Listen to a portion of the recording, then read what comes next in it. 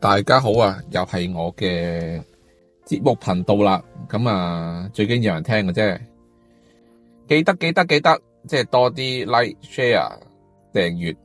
咁啊，希望我會繼續努力做落去。唔好希望，我一定可以努力繼續做落去嘅。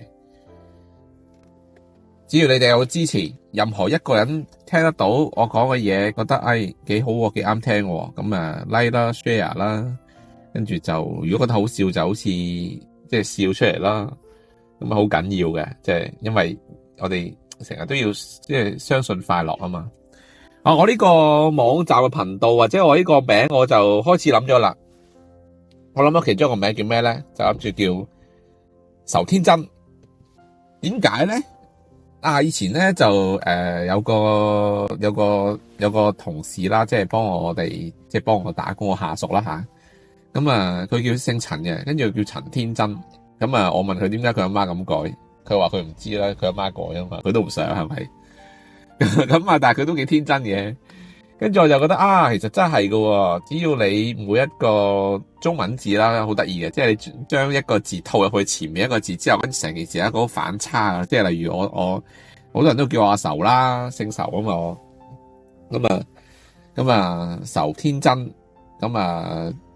都幾啱啊呢個名，咁啊我都想即係人哋可以聽到我個人係，即係聽到我哋呢個頻道嘅人係天真快樂啦。點解人類會即係咁中意小朋友咧？就因為小朋友純真咯。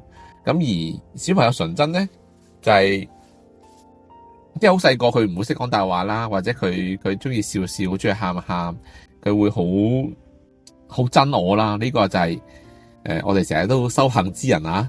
或者我哋即係我哋呢啲叫做修行之人啦，咁樣講啦，就係要做到最真我嘅一面去俾人睇，咁先至可以感動到即係另一面嘅人咯。所以即係如果每個人嗰個心都好似小朋友咁純咁真嘅話咧，咁結果會點咧？就結果呢個世界就好和平，好多愛啦。咁但係你話係咪冇可能咧？唔係冇可能嘅。做唔做到咧？做到，由你開始咯，即係先由大家嘅自己開始咯。咁但係當然啦，我哋都會人性啊嘛。琴日第一2集都講有貪婪啦，有妒忌啦，等啦。